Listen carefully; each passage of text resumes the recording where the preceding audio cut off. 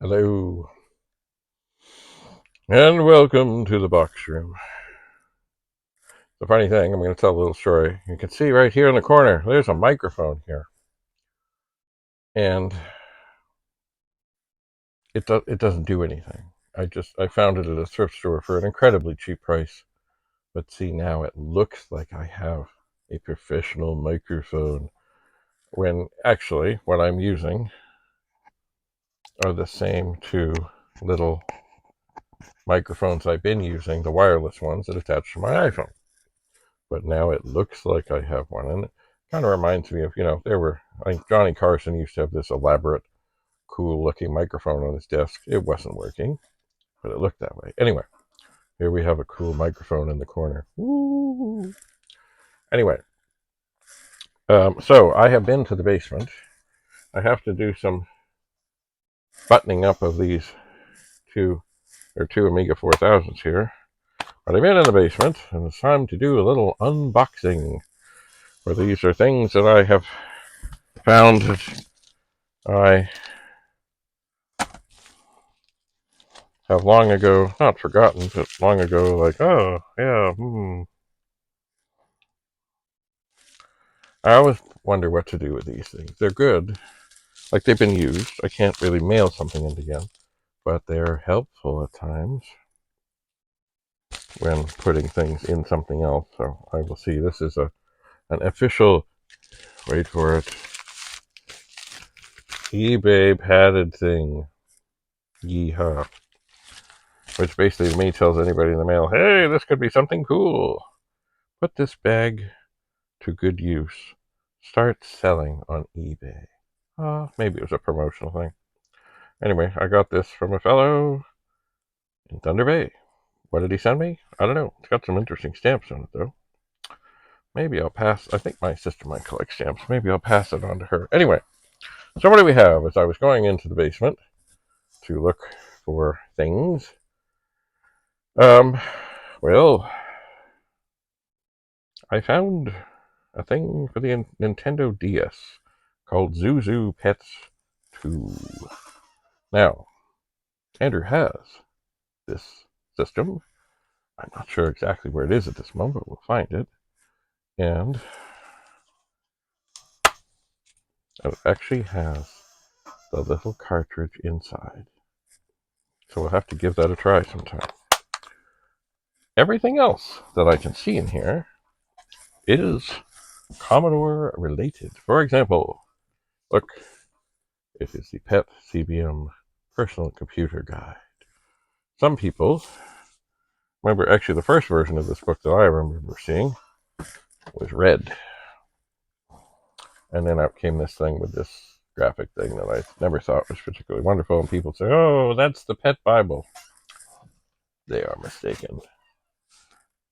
This is the Pet Bible. Programming the Pet CBM by Rachel Colin West.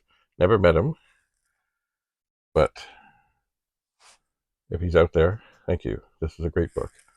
The book, described by Jim Butterfield, is unquestionably the most comprehensive and accurate reference I have seen to date. The reference encyclopedia for Commodore 2000, 3000, 4000, and 8000 series computers and peripherals. Here's just a sample of reviewer and reader reaction from readers. A book the average to advanced user cannot afford not to possess. My copy of your programmer's The Pet CBM has been in daily use for nearly a month, and I'm finding it totally addictive, suffering severe withdrawal symptoms whenever I try half-heartedly to move on to another reading matter. It is without a doubt the best book on its subject available today. I have recently acquired a copy of her book, Programming the Pet CBM, and must congratulate you on its concept and on packing in so much detail. It's so very much better than anything else I have had up to now that it'll be my constant reference manual. I have received my copy of Programming the Pet CBM by Rachel West and have recommended it to several of my students. This book is so valuable that I cannot now afford to be without it.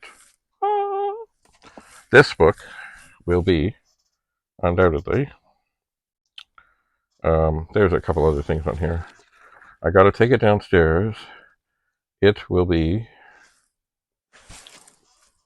in the family portrait. It must be. It must be. Because I've been getting things together to shoot the family portrait, but then I keep on finding other things or seeing things or anyway. This box, as I said, I was in the basement. I said, "Ooh, look." Anyway, here we have Amiga printers, inside and out, understanding and using your printer more effectively. Oh, it says a companion disc is included. Is it here? Is it here? No, it's not here. Really? Where is it here? No. Oh, no. It's been removed. Anyway, another fine book. By Abacus. Yes. Anyway, carrying on. I have not looked in here. I just saw and said, oh, I gotta do this. Here. Oh, this one looks a little rough. It is the manual for the Commodore 8023P, of which I have, I think, 2. At one point, I had, I don't know, maybe 10 of them. But I got them because, I remember I got them at the World of Commodore because there was this library that would give you a tax receipt for things. And so I realized, these printers, they're clearing them out, but I can get a sizable tax receipt if I get them. So I did. So I don't know where they ended up. They're not here. What is this? Oh, well, this is different. Indeed it is. It is Touchdown with Michael Pinball Clemens of the Toronto Argonauts. He is still with the Toronto Argonauts. He is a magical person. I'm not sure if in some ways, politically speaking, he might have gone a bit to the dark side. But, we're all entitled to our opinions. I do seem to remember, I think he was a great fan of Rob Ford. Rest in peace, Rob. But anyway, interesting fellow. Met him on a couple of occasions, and he is a magical man. Ooh, here's the service manual for the PC-10-1 and 2 preliminary from March 1987. Direct from Commodore. Cool. I don't know what else. Here we have the service manual for the MPS 1000 from November of 1986. And the MPS 1000 was indeed a printer. And I'm trying to think. Was it for the pet? Gotta look at it. I'm not so sure. Might have been. I wish there was pictures. Might have been. There are pictures. You know what? I don't remember. But what I do remember is most of the printers that Commodore put out weren't really great. What is this? Oh, maybe it was for the COMI board, COMI board. Maybe that looks like an IEEE interface. Maybe. I just don't remember. Anyway, maybe it was. Anyway. I suspect this too will end up in the room where the family portrait will be shot, but it'll probably just be in a stack of books. Probably so. Oh, look. It's Compute's Amiga Programmer's Guide. I have never really looked at this. I have not. Boy, there was a lot of people who wrote it, though. And I suppose I should. Basic programming. Basic programming. C programming. Programming Amiga sound. Cool. Now here's something I have no idea why I exactly have this, but you know, when there are computer things around, it's programming the IBM System 360. All kinds of things, contents, arithmetic conversions, bit manipulation, byte manipulation, word manipulation. Almost sounds like politics in the United States. Word manipulation, bit manipulation. We will manipulate everything, or we'll bite you. Character transformation, editing output, input-output hardware. Da, da, da, da. This looks like it's vintage. This company, Computer Usage Company, was founded in 1955. I don't know when this book was. Oh, this is the third printing from July 1966. Cool. Perhaps I will consult with Rudy. Amiga Basic, inside and out. Once again, something I probably should look at, or should have, but never have yet. I'm running out of room here. What do we have here? CM141 Service Manual. Color Video Monitor from July 1984. Another fine publication, direct from the people of Commodore. And the CM141. It's funny how they have all these standardized names, and then suddenly they change to something else. Like the 1701, the 1702, the 1802, the da-da-da-da, and then CM141. I have no clue why. Ooh. Here is the service manual for the PC 10.1, 10.2, and 10.3. Once again, directly from the good people at Commodore. I have some screws here I really don't want to miss and lose. They belong to this Amiga 4000 here. Oh, service manual for the MPS 1200 printer. 1200. I forget once again. I think this was for the PET. I don't know. I was never...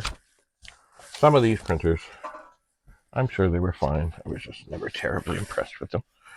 What do we have now? Amiga DOS, inside and out. Ah, another book for the Amiga that is in pretty fine shape. But there's supposedly a disc with it, but I think the disc is not here. Diskette for the book. Oh, maybe you can order it separate. Ta-da! Maybe I could still order it from Abacus, but I doubt it. Alright. 2 more to go. Mastering Amiga Workbench 2. Ta-da! Another fine volume. And it makes reference to the A500 Plus, the A600 upgraders from 1.3. You will also find this a quick way to catch up on the new features as they move to a Workbench 2 environment. Lovely. Anyway, what I'm going to do... Oh, one more. Hang on. One more. One more. Amiga DOS Inside and Out Revised. 1.3 and 2. Workbench 1.3 and 2.0. And who's this? Oh, it's by Abacus. So another fine book. I will put these. They're in a box now, but they're not going to stay. Oh, maybe they will stay in this box. This, I gotta look and see. Maybe this looks bigger. I do use a lot of these. Basically, they're Home Depot, but oh no, this is a small, and I need a petite. Because books, you know what? They get heavy real fast. Real fast. So I'll probably use this box for something else. I'm not sure what. But I will find a petite box, and I will put these away. Not all of them, and actually I'll consult with Rudy because he might be interested in some of these. But certainly the pet one, let's see. The service manuals are something special. I know they're online, but these are originals.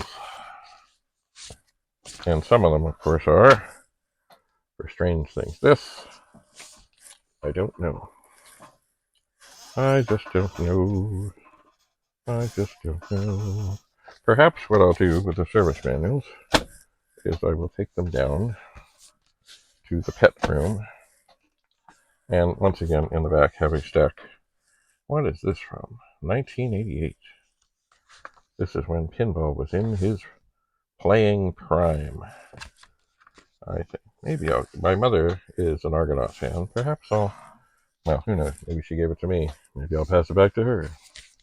This book, see, this is actually not current, but it's, you know what, I think gently I'll take them, it's kind of dirty on the back and a little on the front. I'll take a magic eraser to that. And this, I will put in the box for now until I get into Amiga things. This one, I have another one down there that's prettier, but sometimes when you're taking a picture, you want things to be a kind of different elevations and different heights. So perhaps I will put that and the other one together. Perhaps I will. All right. Nothing like books. And of course, there's always the people in the service or customer service when people call in for technical support. There is an expression, and that is RTFM. And I think it's something about reading the friggin' manual. Perhaps. Anyway, in front of me is an Amiga 4000. Two of them. And they're not staying. I did test things and indeed found that, except for the battery damage, which is, not great, but this one seems to be quite lovely and functional of the things that I can test. For example, the hard drive. But I have to button it up because, as I say, it's not staying. Nor is the other. They've been on the shelf for a while, and it's time. Time.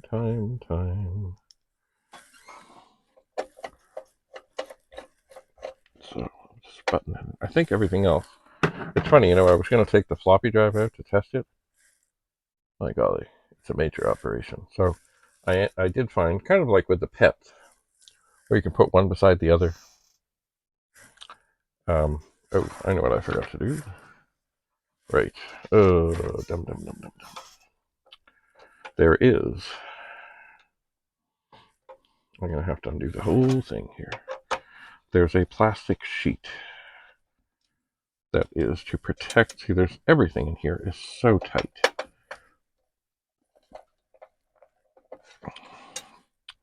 Dum. Oh, you know what else? How is that? Okay, I plugged in. You know what? It really doesn't matter. This is going to be taken apart anyway. But I did not plug in the power. But I suppose I should, because this one is not fully functional. It is not, but I will plug it back in, as I've got this out anyway.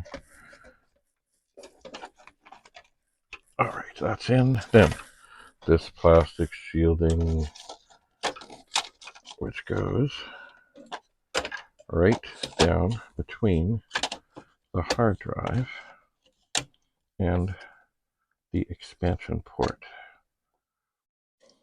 in order to make sure that, of course, in these tight confines, that nothing shorts out.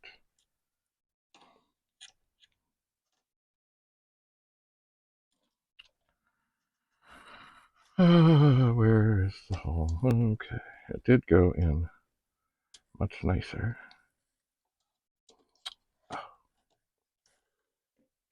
Hello, what's going on here?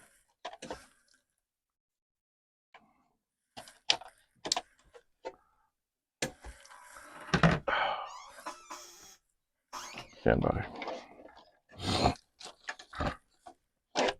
Okay, holes lined up, holes lined up. Screw lined up. Don't mess with me, screwdriver. Don't mess with me, screwdriver. Okay, that's good. Anyway, I do want to put this back as it should be.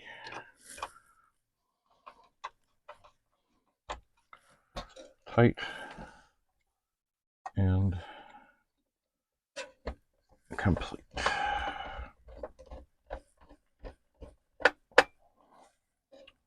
Tight.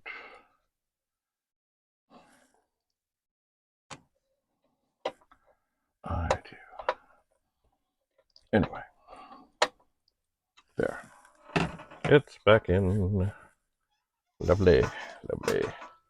Lots of cable. I like when they send along cables to allow for expansion, even though the machine is not really expanded completely at the time. But the ribbon cables are ready for another hard drive. They're ready for another floppy drive. They're ready. They are. Well, as I'm here,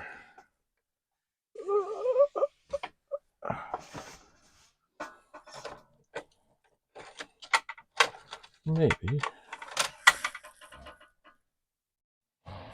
possibly. Oh.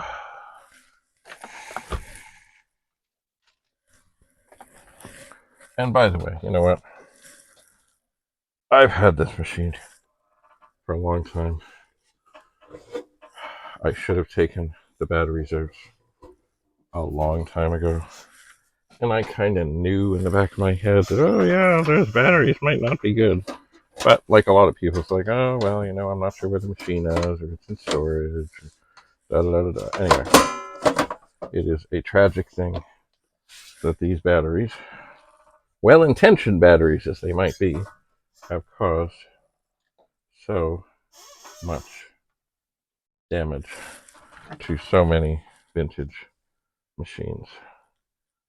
Terrible, terrible, terrible, terrible, terrible. Alright, does this fit in here? Well, sort of, it does.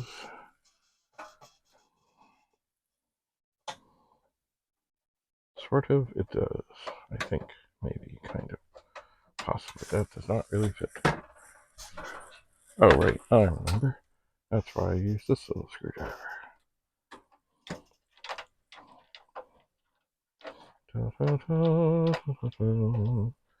Let's get it buttoned up, as they say.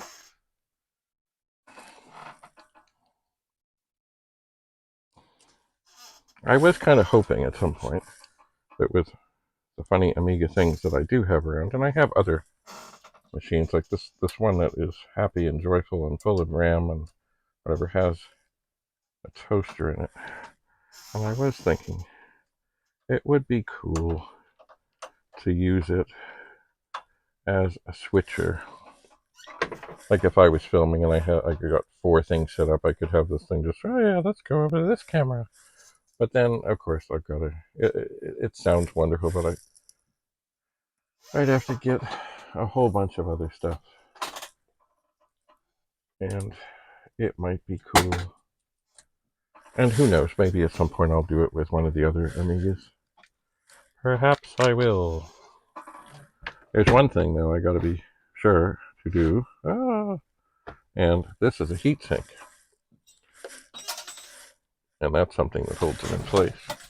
No! Okay, I'll get you.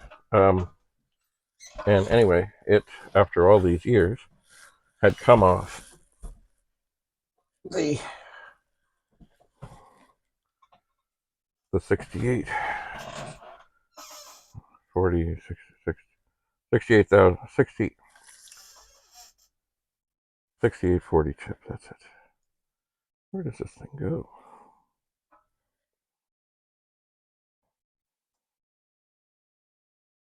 I don't know. Anyway, I'm going to put this in a bag. Oh, it looks kind of bent, but I don't think I just did that now. I don't know. Anyway, it came off. It should be on. This one here has like a double heat sink. Anyway, but I will leave that to the people. Anyway, I don't want to put it in and have it rattle around and then have it cause damage. So I'll put it in a bag. Anyway, that is enough for today. This is all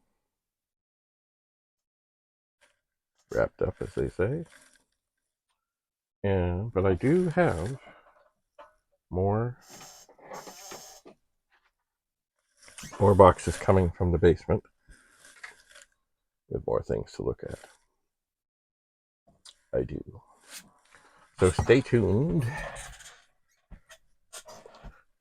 And beware, the family portrait is coming. Which will actually be a series of pictures, I'm sure. It will. Anyway, some of this is going to go down there. Some of this is going to go in a petite Home Depot box. Thanks for being here. Bye for now.